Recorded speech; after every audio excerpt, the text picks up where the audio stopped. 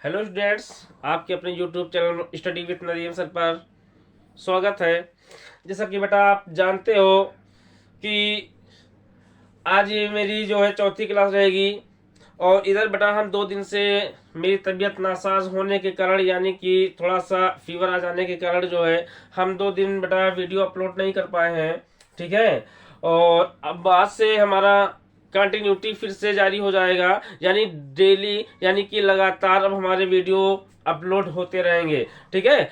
और बेटा आपको हम बता दें कि पिछले जो हमने 4 वीडियो बनाए हैं, 4 वीडियो जो हमने यूट्यूब पे अपलोड किए हैं, ये बेटा आपके चार के चारों वीडियो जो है बेसिक इंट्रोडक्शन पे हैं।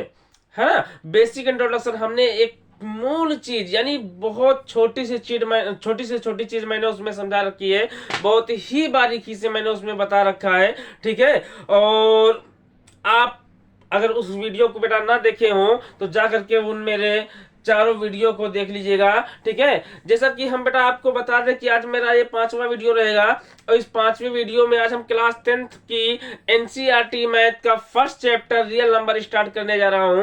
ठीक है। तो बेटा हम आपको बता दें कि क्लास 10th का जो रियल नंबर चैप्टर है, इस रियल नंबर चैप्टर का जो पहली एक्सरसाइज है, इस पहली एक्सरसाइज का बेटा फिर से हम आपको बता दें, पहली एक्सरसाइज का जो बेसिक इंट्रोडक्शन है, आज हम फिर से बेसिक इंट्रोडक्शन पे बात करने वाले हैं। और इस बेसिक इंट्रोडक्शन पे आपकी पूरी फर्स्ट एक्सरसाइज कंप्लीट होगी। ठीक है। यानी पूरी फर्स्ट एक्सरसाइज कंप्लीट होने वाली है। तो सबसे पहले बेटा हम बेसिक इंट्रोडक्शन की क्लास करेंगे। एक्सरसाइज 1.1 यानी एक्सरसाइज 1.1 का बेसिक इंट्रोडक्शन क्लास आपका रहेगा। और इसके बाद हम एग्जाम्पल करेंगे, उसके बाद फिर हम एक्सरसाइज स्टार्ट करेंगे। ठीक है। और इस तरीके से हम 1.1 एक्सरसाइज को पूरी तरीके से समाप्त कर देंगे। ठीक है। तो चलिए बेटा ज्यादा बातें ना करते हुए आपको थोड़ी सी एक बात और बता दे कि मैथमेटिक्स, थोड़ी सी बात कर लेते, ज्यादा बात नहीं करेंगे, थोड़ी सी बात कर लेंगे। बेटा लोग ये बच्चे समझते हैं कि मैथमेटिक्स जो है बहुत टफ सब्जेक्ट है ना। इट इज नॉट पॉसिबल, है ना। ये मतलब टफ सब्जेक्ट नहीं है बेटा। ये जो आपके सब्जेक्ट है ये टफ नहीं है, टफ आप लोग बनाए हो। मैथमेटिक्स क्या है? मैथमेटिक्स आपको बता दे बेटा एक गेमिंग सब्जेक्ट है। आप इस गेमिंग सब्जेक्ट का, जैसे लोग गेम नहीं खेलते हैं तो गेम में क्या करते हैं, गेम में जो है आप लोग क्या करते हो, जब गेम खेलते हो तो आप प्रैक्टिस करते हो। यानी गेम में आप प्रैक्टिस लगातार जब करते हो ना तो धीरे धीरे धीरे करके आपका वो गेम आसान होता चला जाता है ना। तो वही चीज आपकी मैथ है बेटा। मैथमेटिक्स में आप जितनी ज्यादा प्रैक्टिस करोगे उतनी ही ज्यादा ये आसान होती जाएगी। ठीक है बेटा। बहुत लोग क्या करते हैं, बहुत लोग टीचर पढ़ाता है, ठीक है, टीचर पढ़ाया, ठीक है, उसको कॉपी कर लिया, पेस्ट कर लिया, ठीक है, नोट डाउन करके उसके बाद जाकर के घर पे कॉपी किताब सब रख देते हैं और उसके बाद उसके ऊपर रिहर्सल नहीं करते हैं, यानी उसके ऊपर प्रैक्टिस नहीं करते हैं। ठीक है। तो इस वजह से उनको धीरे धीरे कॉन्सेप्ट जो होते हैं उनको थोड़ा हाई लगने लगते हैं और जब हाई कॉन्सेप्ट लगने लगते हैं तो एक्सरसाइज के क्वेश्चन जो होते हैं वो भी सॉल्व नहीं हो पाते हैं, है ना। तो बेटा जो है मैथमेटिक्स जो है प्रैक्टिस सब्जेक्ट है। आप इस पे जितना ज्यादा प्रैक्टिस करो, जितना ज्यादा अध्ययन करोगे उतना ही ज्यादा ये आसान होती जाएगी। ठीक है। चलिए बेटा स्टार्ट करते हैं अपना फर्स्ट चैप्टर। और फर्स्ट चैप्टर का पहला चैप्टर जो है उस चैप्टर का नाम बेटा है वास्तविक वास्तविक संख्याएं। वास्तविक संख्याएं, है ना बेटा। वास्तविक संख्या, इसकी इंग्लिश बेटा क्या होती है, इसकी इंग्लिश होती है रियल नंबर। इसकी इंग्लिश क्या होती है बेटा, इसकी इंग्लिश होती है रियल नंबर। और आपको बता दे, ठीक है, कि हमने पिछला वीडियो जो डाल रखा है, जिसने वास्तविक संख्याओं के बारे में जानकारी ना ली हो या जिसने मेरा वीडियो ना देखा हो वो जा करके वास्तविक संख्याओं के बारे में मैंने बहुत ही कायदे से समझा के रखा है वीडियो में। ठीक है। जा करके वहां से समझिएगा, ठीक है, कि हमने क्या बताया, वास्तविक संख्या क्या होती है क्या नहीं होती है, सब कुछ बता दिया है। ठीक है। चलिए चालू करते हैं अपने इस चैप्टर को। सबसे पहले हम बता दें कि वास्तविक संख्या की सबसे पहले हम बेटा आपको बता देते हैं रूपरेखा, है ना। रूपरेखा मतलब हमको इसमें क्या क्या पढ़ना है क्या क्या नहीं पढ़ना है, ठीक है, उसकी एक हम रूपरेखा आपको बता देते हैं। तो सबसे पहले बेटा आपको बता दे, यहाँ पे आपको बता दे, पहला पॉइंट डाल दीजिएगा। सबसे पहले यूक्लिड विभाजन प्रमेयिका, है ना बेटा, यूक्लिड विभाजन प्रमेयिका। दूसरा टॉपिक आपका क्या है? दूसरा टॉपिक बेटा आपका है परमेय संख्याएं तथा अपरिमेय संख्याएं। और तीसरा आपका है बेटा जो है, तीसरा है आपका अंक गणित की आधारभूत, अंकगणित की आधारभूत प्रमेय, ठीक है। ये बेसिकली बेटा यहाँ पे 3 कॉन्सेप्ट हैं और इन 3 कॉन्सेप्ट को हमको कायदे से पढ़ना है।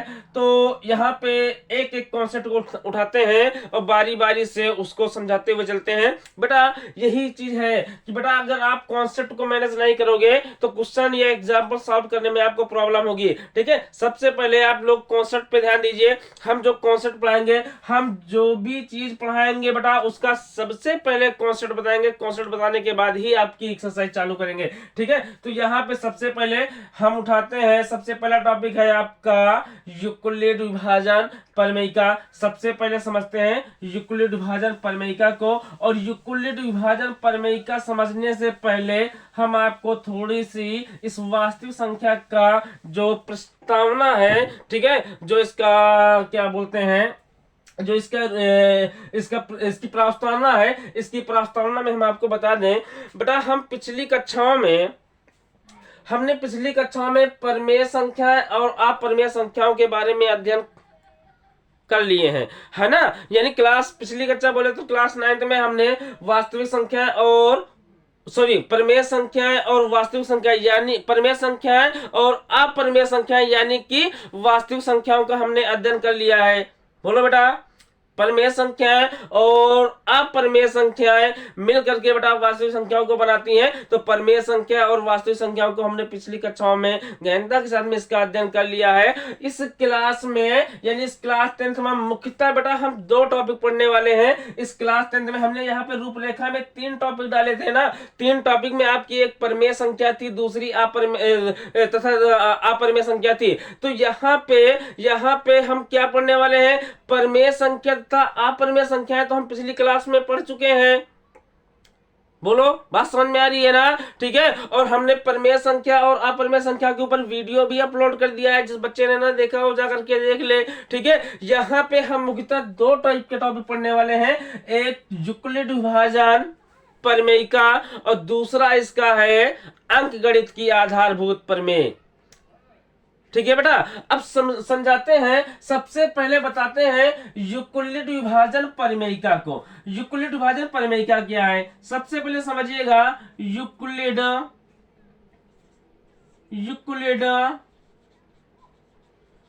विभाजन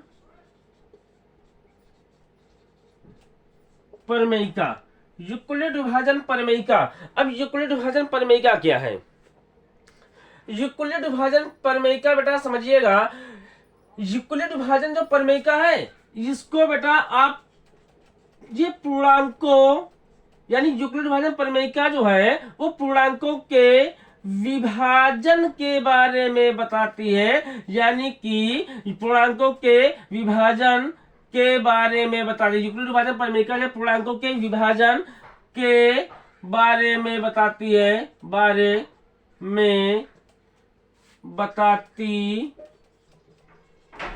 है, यूक्लिड विभाजन परिमेयिका जो है बेटा, ये आपके पूर्णांकों के विभाजन के बारे में बताती है। बात करते हैं पूर्णांकों के विभाजन। विभाजन यहाँ पे नाम लग गया है, ठीक है। तो विभाजन का मतलब क्या होता है, हम इस वर्ड को भी डिफाइन कर दिए हैं पिछले वीडियो में कि विभाजन क्या होता है, विभाज्य क्या होता है, भाग क्या होता है। यानी जो भी आपके शब्द आने वाले होंगे वे सारे शब्दों को हमने डिफाइन कर दिया है, ठीक है। तो यहाँ पे यूक्लिड विभाजन परिमेयिका जो है ये एक डिविजिबिलिटी पे आधारित है, यानी विभाजन प्रक्रिया पे आधारित है। अब विभाजन प्रक्रिया जैसे बेटा हम आपको बता दें, यहाँ पे आप कोई दो धन पूर्णांक लीजिए, माना कोई दो धन पूर्णांक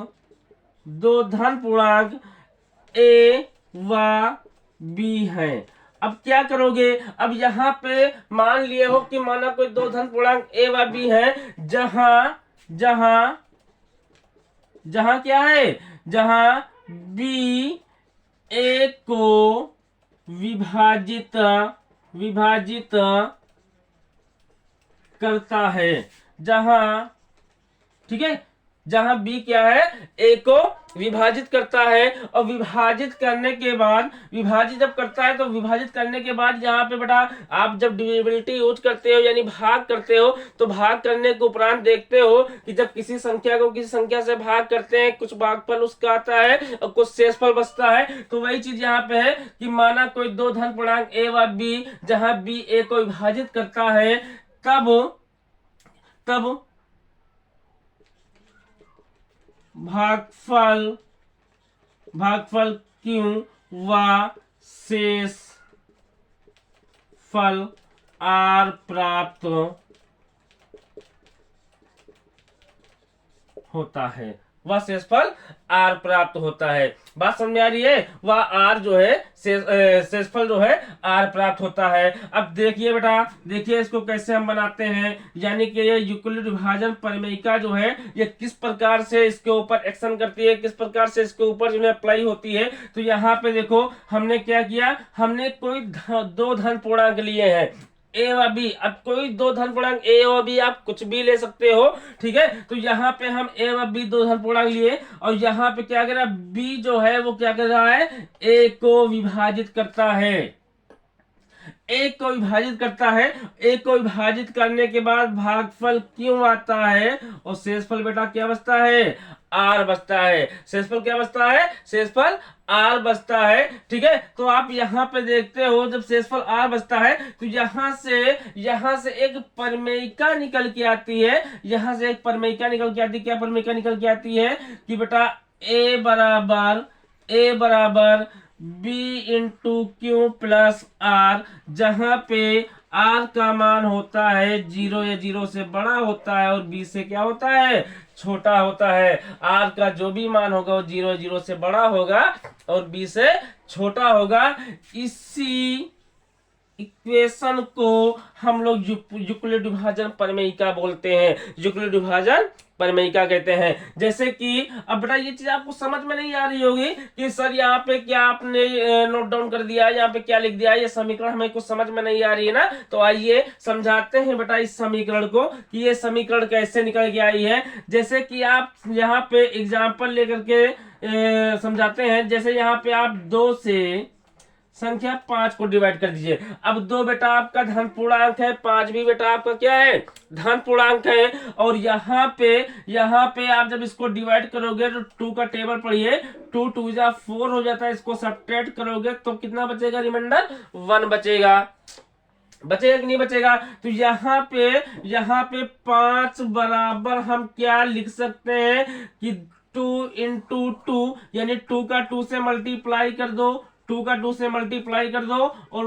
1 ऐड कर दो। तो आप यहाँ पे क्या देखते हो, इसको जब सॉल्व करेंगे 2 2 जा 4 हो जाता है प्लस 1 यानी कि 5 बराबर 5 हो जाता है। यानी लेफ्ट हैंड साइड बराबर राइट हैंड साइड के हो जाता है। बात समझ में आ रही है, यानी कि हम इस चीज को इस फॉर्म में लिख सकते हैं ना, तभी ये तो वैल्यू इक्वल हो रही है। तो वही चीज यहाँ पे हमने किया है बेटा, वही चीज हमने यहाँ पे किया है। अब समझिएगा बेटा, समझिएगा कि यहाँ पे ए जो है, ए आपका बेटा क्या है, ए आपका भाज्य है। ए क्या है बेटा, ए भाज्य है। बी क्या है, बी आपका भाजक है। बी आपका भाजक है। और क्यू क्या है, क्यू आपका बेटा भाग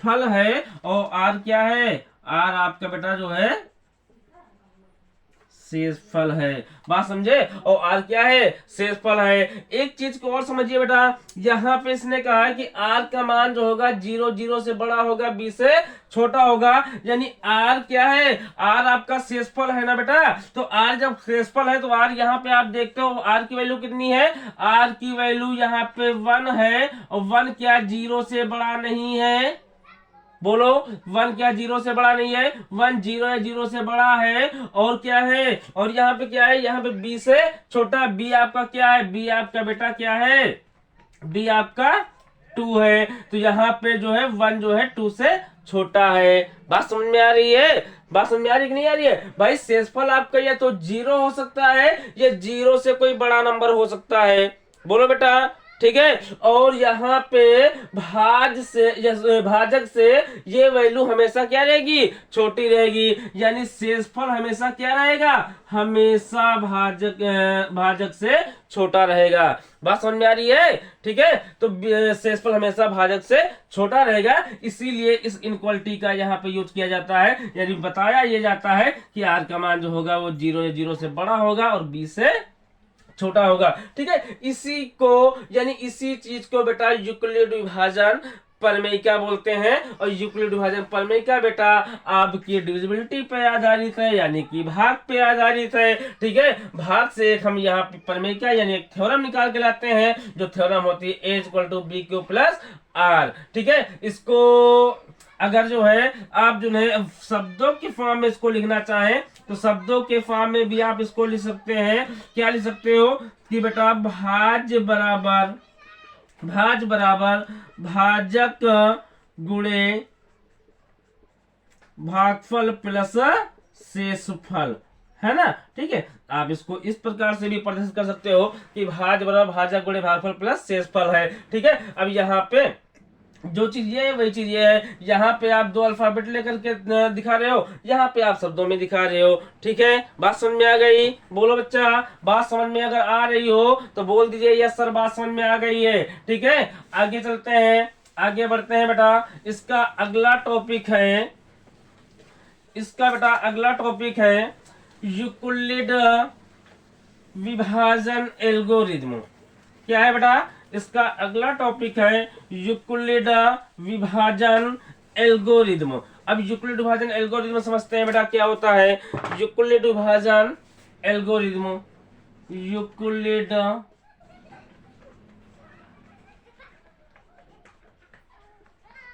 विभाजन एल्गोरिथम, यूक्लिड विभाजन एल्गोरिथम। अब यूक्लिड विभाजन एल्गोरिथम में बेटा देखिए, यूक्लिड विभाजन एल्गोरिथम क्या है।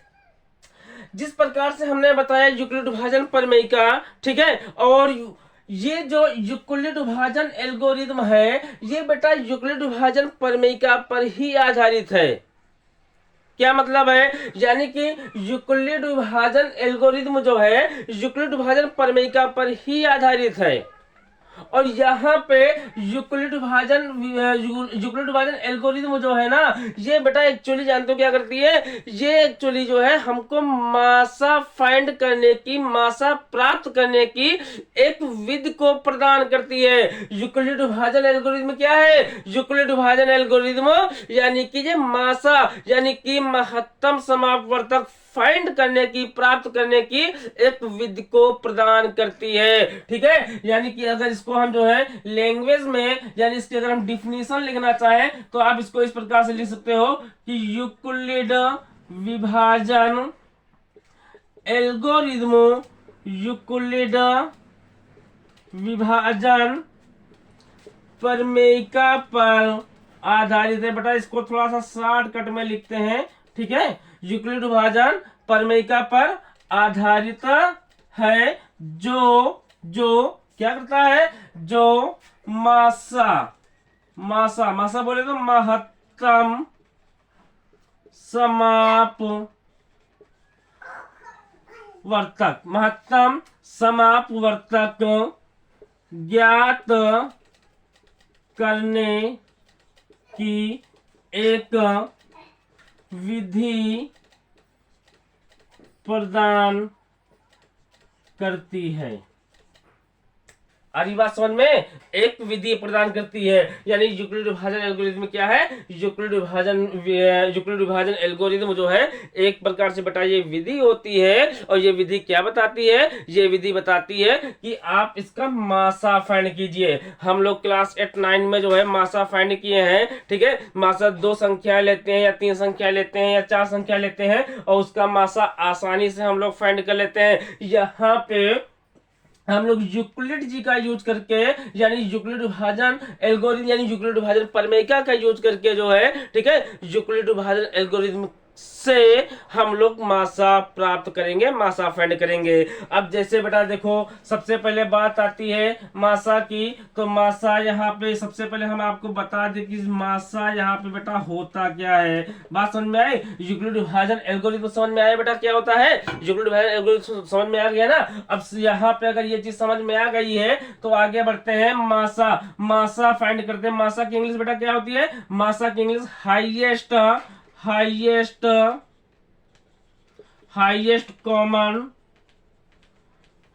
कॉमन फैक्टर होते हैं। हाईएस्ट कॉमन फैक्टर्स होते हैं। इसकी इंग्लिश बेटा क्या होती है? हाईएस्ट कॉमन फैक्टर्स होती है। अब बेटा देखो मासा होता क्या है ना?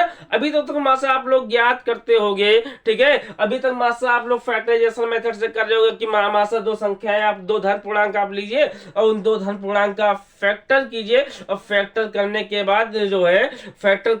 बाद जो है दोनों में कॉमन लीजिए। कॉमन लेने के बाद जो संख्या आती है वही आपकी मासा होती है ना?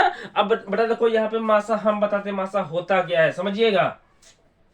मासा बेटा आपको बता दें कि मासा एक ऐसा नंबर है, यानी मासा का मतलब क्या? यानी कि आप 2 या 2 से अधिक कंपोजिट नंबर ले लीजिए। कंपोजिट यानी कि भाज्य संख्याएं, 2 या 2 से अधिक भाज्य संख्याएं आप ले लीजिए, ठीक है। और उन भाज्य संख्याओं को डिवाइड करने वाले जितने भी नंबर होते हैं, उन सभी नंबर में जो सबसे बड़ा नंबर होता है, उस नंबर को हम कहते हैं कि इन सभी भाज्य संख्याओं का मासा है। बात समझ में आई? नहीं बात समझ में आई? एग्जाम्पल से बेटा आपको समझाते हैं, समझिएगा। जैसे कि यहाँ पे हम संख्या ले लिए, यहाँ पे संख्या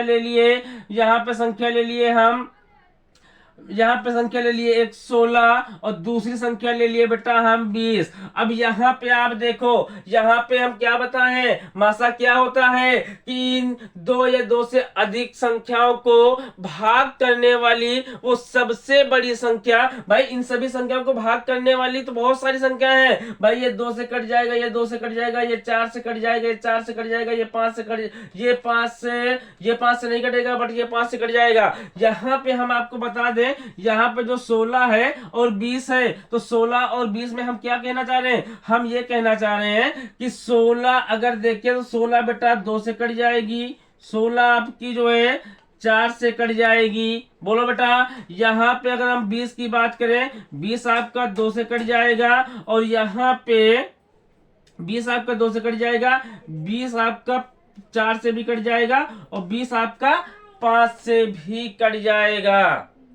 बोलो बेटा, बात समझ में आ रही है ना? तो यहाँ पे हम देखते हैं 16 और 20 जो है 16 के भाजक ये हैं, और 20 के 2, 4 और 5 है। तो अब इनमें देखिए, इनमें सबसे बड़ा नंबर कौन सा है? इनमें जो सबसे बड़ा नंबर होगा वही आपका क्या होता है?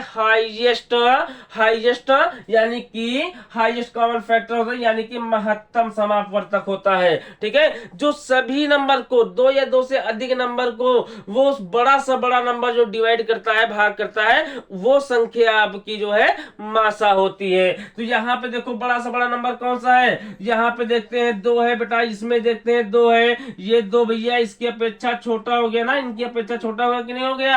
अब यहाँ पे देखते हैं बेटा 4 है, यहाँ पे देखते हैं यहाँ भी 4 है, यहाँ पे देखते हैं 5 है, बट ये संख्या 5 से डिवाइड नहीं होती है। भाई बड़ी से बड़ी संख्या तो आपको 5 मिल गई, लेकिन ये बड़ी से बड़ी संख्या जो है सिर्फ और सिर्फ इसी नंबर को डिवाइड कर रहा है, इस नंबर को यानी इस पूर्णांक को डिवाइड नहीं कर रहा है। तो यहाँ पे ये 5 बड़ा नंबर तो है, लेकिन इस संख्या को न डिवाइड करने की वजह से ये नंबर आपका मासा नहीं हो सकता है। तो मासा क्या होगा? मासा 16 और 20 का मासा, यानी मासा 16 व 20 का मासा बराबर क्या हो जाएगा बेटा? 4 होगा। 16 और 20 का मासा क्या होगा?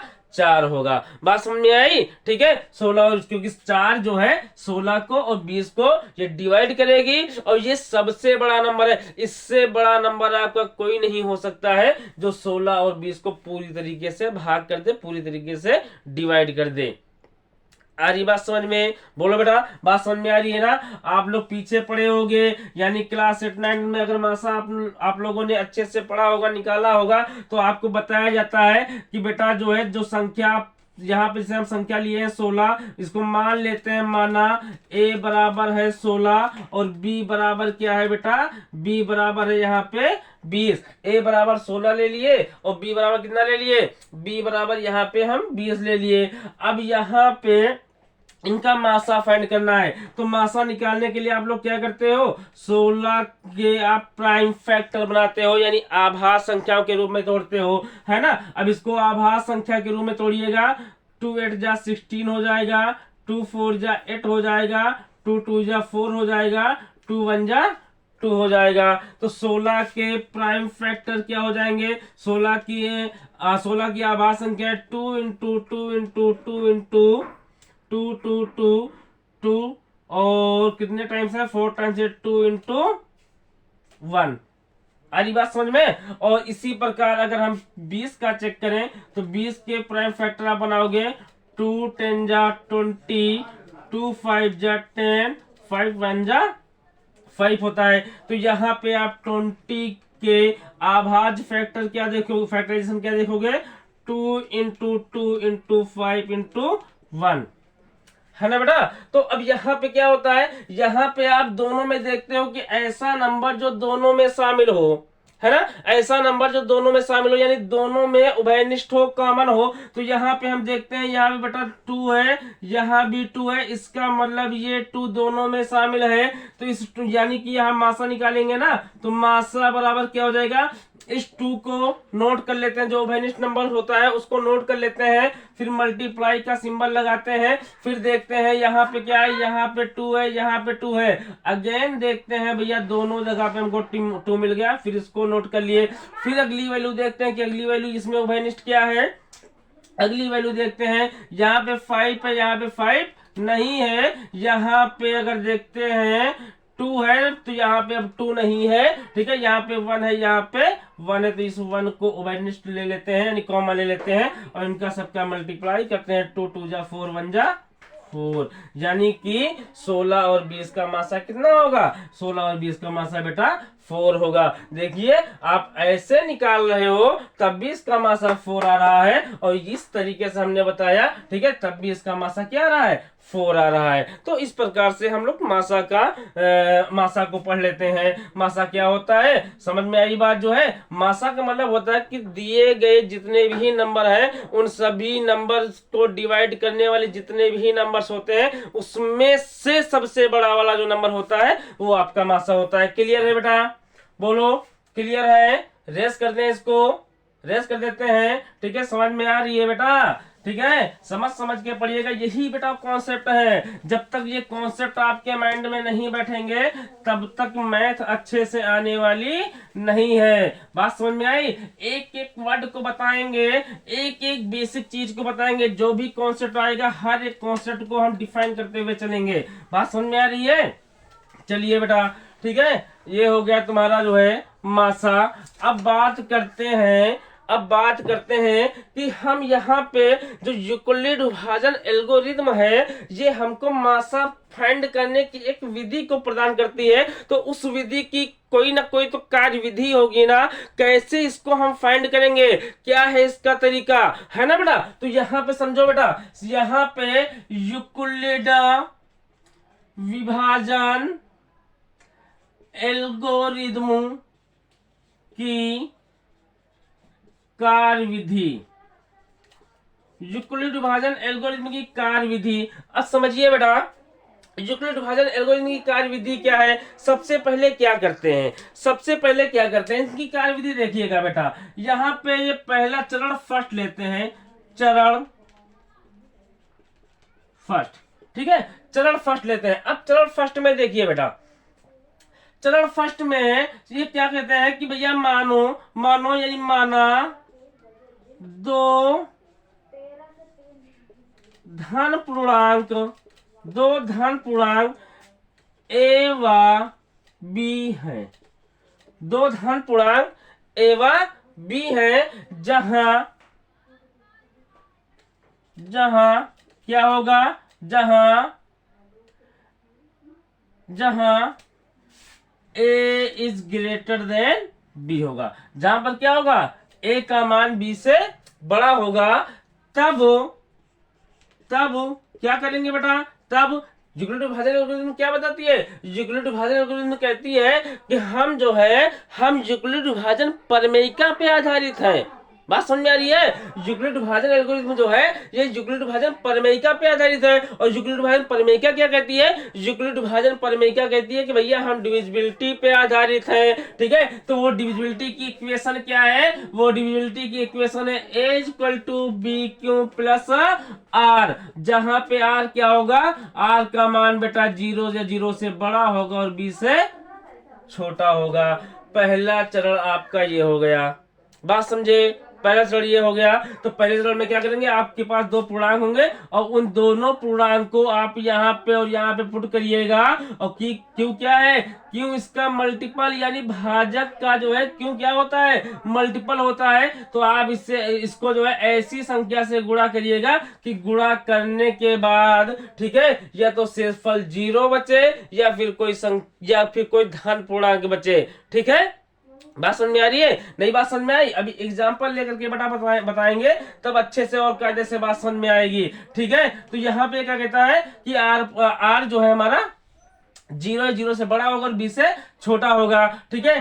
चरण सेकंड देखिए बेटा, चरण सेकंड क्या कहता है, चरण सेकंड यह कहता है कि यदि आर बराबर 0 हो गया, यदि आर हमारा यानी शेषफल हमारा 0 हो गया, तब बेटा मासा ए कामा बी यानी ए कामा बी का जो मासा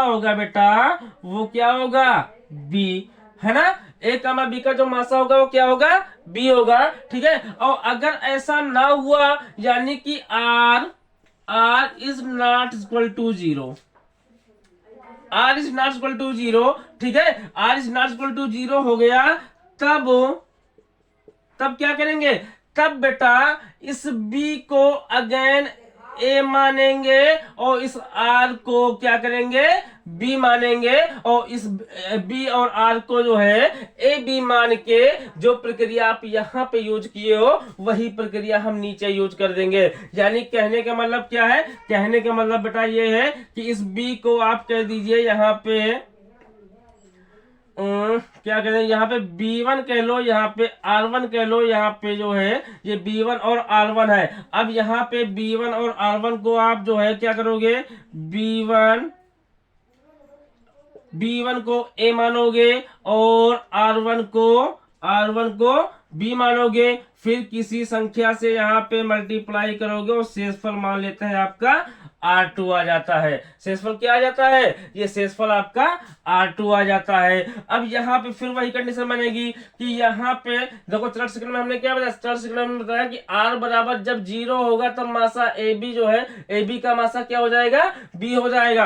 अब यहाँ पे फिर से देखो, यदि चरण थर्ड क्या कहता है चरण थर्ड ये कहता है, चरण थर्ड ये कहता है कि यदि R2 बराबर 0 हो गया, R2 बराबर क्या हो गया, R2 बराबर बेटा 0 हो गया, तब तब मासा, अब किसका मासा, तब मासा ए बी, यानी ए बी का मासा कितना हो जाएगा बेटा, ए बी का मासा जो क्यू का प्रोडक्ट है वो हो जाएगा, यानी कि R1 हो जाएगा। बात समझ में आ रही है? यहाँ पे ए बी का मासा क्या हो जाएगा, R1 हो जाएगा। ठीक है, और ये प्रक्रिया बेटा हम लोग तब तक करते जाएंगे जब तक हमारा शेषफल 0 ना हो जाए। ठीक है, आप ऐसे ही चरण बढ़ाते रहिएगा, आप ऐसे ही चरण बढ़ाते रहिएगा, जहां पे हमारा R यानी कि जहां पे हमारा शेषफल 0 मिल जाएगा, वहीं पे क्यू का जो प्रोडक्ट होगा वही मासा हो जाएगा। ठीक है, तो चरण थर्ड में हमने कह दिया कि R2 बराबर 0 है, तब मासा AB बराबर R1 है। क्लियर है? ठीक है बेटा, बात समझ में आ गई ना? बोलो बच्चा, बात समझ में आ गई है ना? अगर बात समझ में आ गई हो तो इस चीज को बेटा रेस कर देते हैं। ठीक है, और बताते हैं इसके कुछ एग्जाम्पल, बढ़ते हैं इसके कुछ एग्जाम्पल की तरफ, करते हैं कुछ सवाल, है ना? रेस करते हैं बेटा इसको।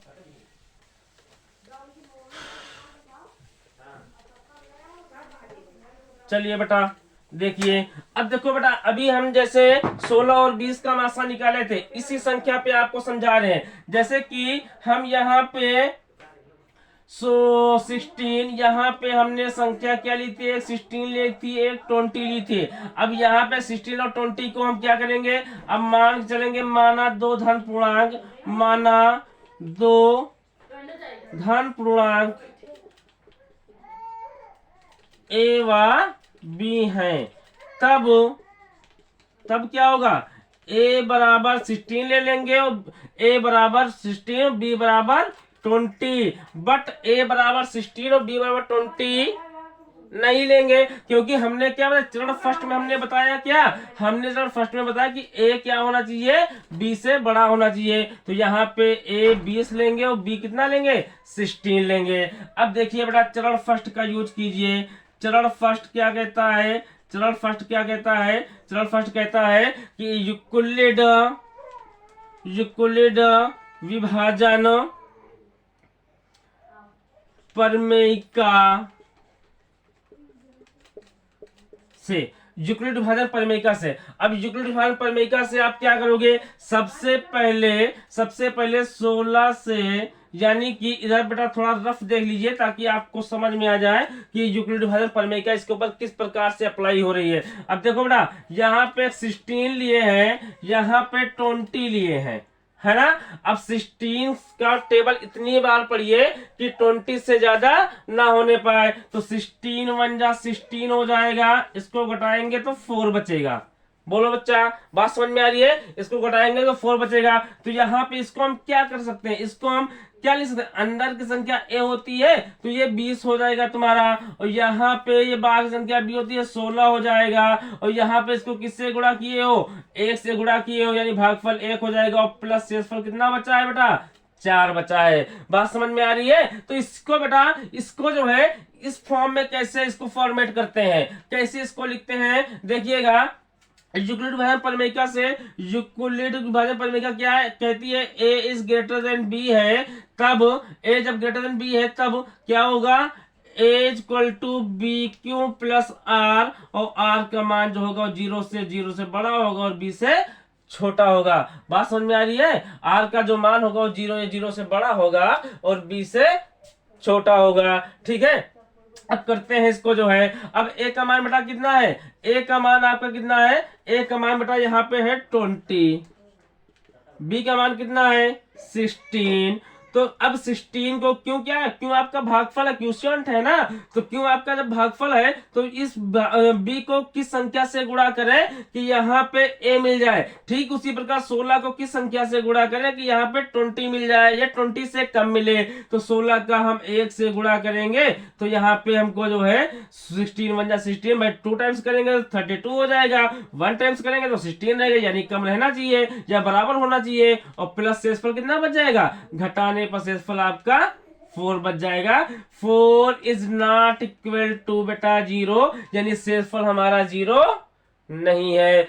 अब जब शेषफल हमारा 0 नहीं है तो चरण सेकंड कहता है, चरण सेकंड कहता है, चरण सेकंड क्या कहता है, चरण सेकंड कहता है कि जब आर हमारा 0 हो जाएगा तब मासा हमारा जो है ये बी हो जाएगा, यानी ए बी का मासा बी हो जाएगा। लेकिन आर हमारा 0 नहीं है तो चरण सेकंड कहता है कि आप जो है इस बी को ए कंसीडर कीजिए और इस आर को बी कंसीडर कीजिए। ठीक है, यानी कि अगेन इस चीज का यूज करेंगे तो यहाँ पे क्या हो जाएगा, ये तुम्हारा ए बन गया। अब देखो बेटा यहाँ पे अब इसको जो है हम ए माने हैं, इसको बी माने हैं, तो यहाँ पे 4 करेंगे और यहाँ पे अंदर क्या लिखेंगे 16 लिखेंगे और 4 का टेबल इतने बार पढ़ेंगे 16 या हो जाए या 16 से कम रहे, तो 4 4 जा 16 होता है। इसको घटाएंगे, शेषफल कितना आ गया 0 आ गया, है ना बेटा, शेषफल कितना आ गया 0 आ गया। और इसी चीज को बेटा इस फॉर्मेट में लिख देते हैं। तो अब इसको जब इस फॉर्मेट में लिखोगे तो क्या हो जाएगा 16 इज इक्वल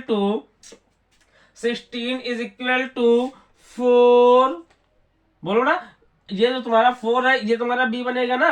4 का मल्टीप्लाई किससे करोगे 4 से, और प्लस शेषफल कितना पे 4 4 जा 16 हो जाएगा, शेषफल कितना बचेगा 0 इज इक्वल टू 0। यानी यहाँ पे आप देख रहे हो कि शेषफल हमारा क्या हो रहा है, सेकेंड चरण में हमारा शेषफल 0 हो रहा है। अतः क्या कहेंगे, अतः मासा किसका बेटा 16 व 20 का मासा बराबर कितना आएगा 4 आएगा। हमने क्या बताया था कि जब हमारा शेषफल 0 हो जाएगा तो भागफल का जो प्रोडक्ट होगा, भागफल का जो गुणनफल होगा वही हमारा क्या बनेगा मासा बनेगा। तो यहाँ पे देखो ना भागफल का प्रोडक्ट क्या है 4 है। ठीक है, तो भागफल का जो प्रोडक्ट होगा वही आपका क्या बन जाएगा मासा बन जाएगा। तो अतः 16 और 20 का मासा जो होगा वो 4 होगा। क्लियर है बेटा। ठीक है, तो इस तरीके से हम बेटा यूक्लिड विभाजन एल्गोरिथम का प्रयोग करके यानी इसकी कार्यविधि का यूज करके यूक्लिड विभाजन प्रमेयिका से हम इसका मासा फाइंड कर लेते हैं। बोलो बच्चा, बात समझ में आ रही है। ठीक है, बात समझ में अगर आ रही हो तो कह दीजिए यस सर, बात समझ में आ गई है। ठीक है, बढ़ते हैं एक दो और एग्जाम्पल की तरफ जो है। ठीक है, चेक करते हैं, लगाते हैं बेटा एक दो और एग्जाम्पल जो है इसके। चलिए देखते हैं, इसको रेज कर देते हैं बेटा, फिर देखते हैं। बात समझ में आ रही है ना, बोलो बच्चा, बात समझ में आ रही है। ठीक है, तो यूक्लिड विभाजन एल्गोरिथम में, एक मिनट बेटा, यूक्लिड विभाजन एल्गोरिथम में ठीक है हम लोग क्या निकालते हैं मासा निकालते हैं। ठीक है, तो यूक्लिड विभाजन प्रमेयिका जो है हमने जो पढ़ी उससे हम लोग क्या करेंगे, उससे उस मतलब इससे इसका यूज करके हम लोग जो है यहाँ पे मासा फाइंड करेंगे। क्लियर है बेटा। चलिए बढ़ते हैं एक दो और एग्जाम्पल की तरफ। जैसे कि बेटा हम आपको बता दें, कि हम लोग जो मासा फाइंड करते हैं, ठीक है, करते हैं एक्सरसाइज के पहले एग्जाम्पल कुछ दिए हुए हैं, एग्जाम्पल के क्वेश्चन करते हैं। क्वेश्चन दिया हुआ है संख्याओं 16, 56 और 40 25। क्वेश्चन एग्जाम्पल बेटा आपका दिया हुआ है 16 यानी कि संख्याओं 16,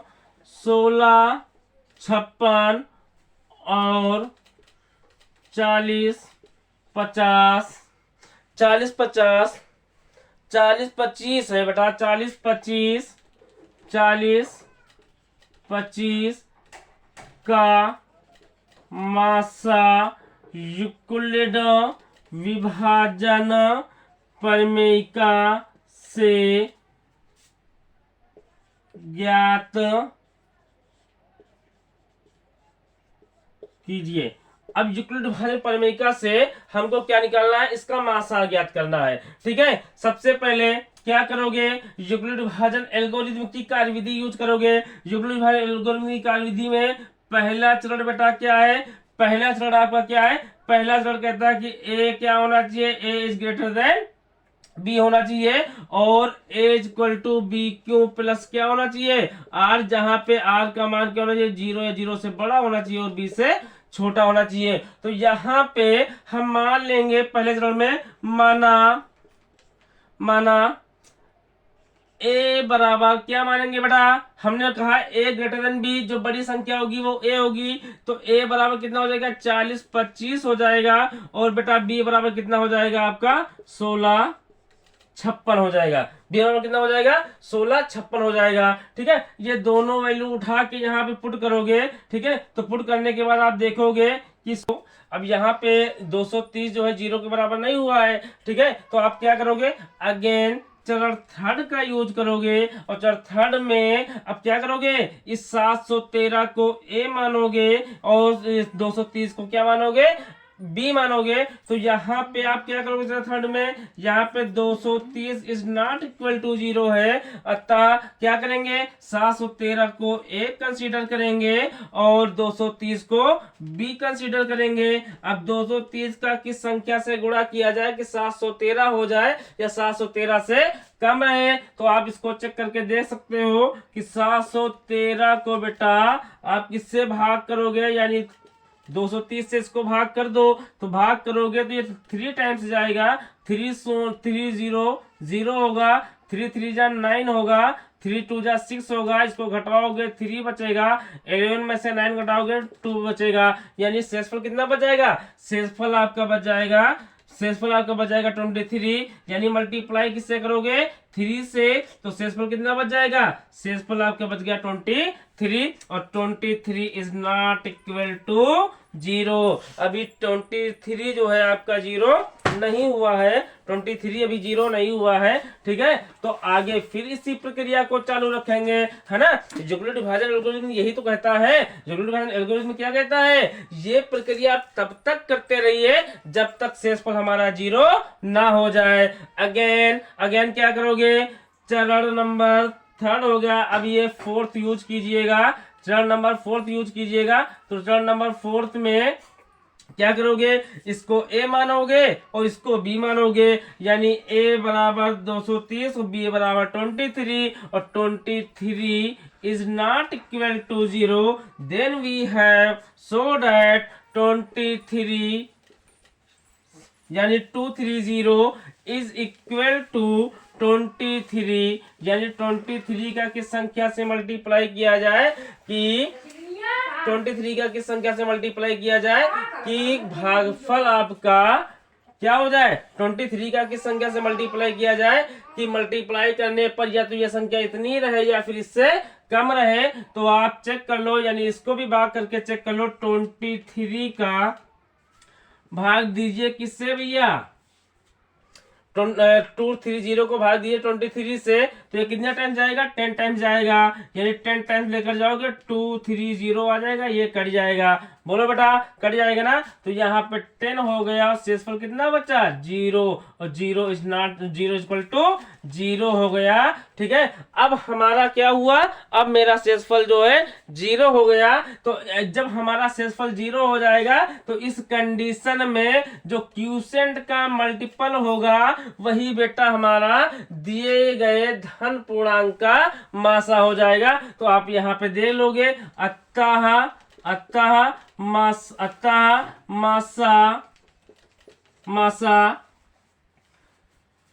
1656 कामा 40 25 बराबर 40 25 बराबर कितना हो जाएगा, 40 25 बराबर हो जाएगा आपका कितना बेटा 23। यही आपका आंसर है। ठीक है, तो यूक्लिड विभाजन एल्गोरिथम से हम लोग इस तरीके से मासा को फाइंड करते हैं। बात समझ में आ रही है बेटा। ठीक है, बात अगर समझ में आ रही हो तो बोल दीजिए यस सर बात समझ में आ गई है। ठीक है, आते हैं मिलते हैं बेटा नेक्स्ट वीडियो में जो है। ठीक है, अब यहाँ पे हम आपको एक चीज बता दें, नेक्स्ट वीडियो में बेटा अभी आपके कुछ एग्जाम्पल बचे हुए हैं वे और प्लस एक्सरसाइज, ठीक है, वो लेकर आते हैं। ठीक है, और वो दोनों कंप्लीट करने के बाद आपकी पहली एक्सरसाइज यानी 1.1 पूरे तरीके से कंप्लीट हो जाएगी। ठीक है, इसके बाद नेक्स्ट वीडियो में हम लेकर आएंगे बेटा अगली एक्सरसाइज यानी 1.2 का पहला बेसिक कॉन्सेप्ट लेकर आएंगे, अंक गणित की आधारभूत प्रमेय। ठीक है, अंक गणित की आधारभूत प्रमेय को पढ़ा करके, ठीक है, उसके बाद फिर नेक्स्ट वीडियो में आएंगे। ठीक है, इस प्रक्रिया को लगातार जारी रखेंगे और इस तरीके से आपका ये रियल नंबर चैप्टर यानी वास्तविक संख्या चैप्टर जो है पूरी तरीके से कंप्लीट हो जाएगा। ठीक है, तो आइए जुड़िए बेटा। ठीक है, ज्यादा से ज्यादा अगर वीडियो समझ में आ रहा हो तो बेटा ज्यादा से ज्यादा बच्चों में इसको शेयर करिएगा, लाइक करिएगा और सब्सक्राइब करिएगा। ठीक है बेटा, थैंक यू सो मच।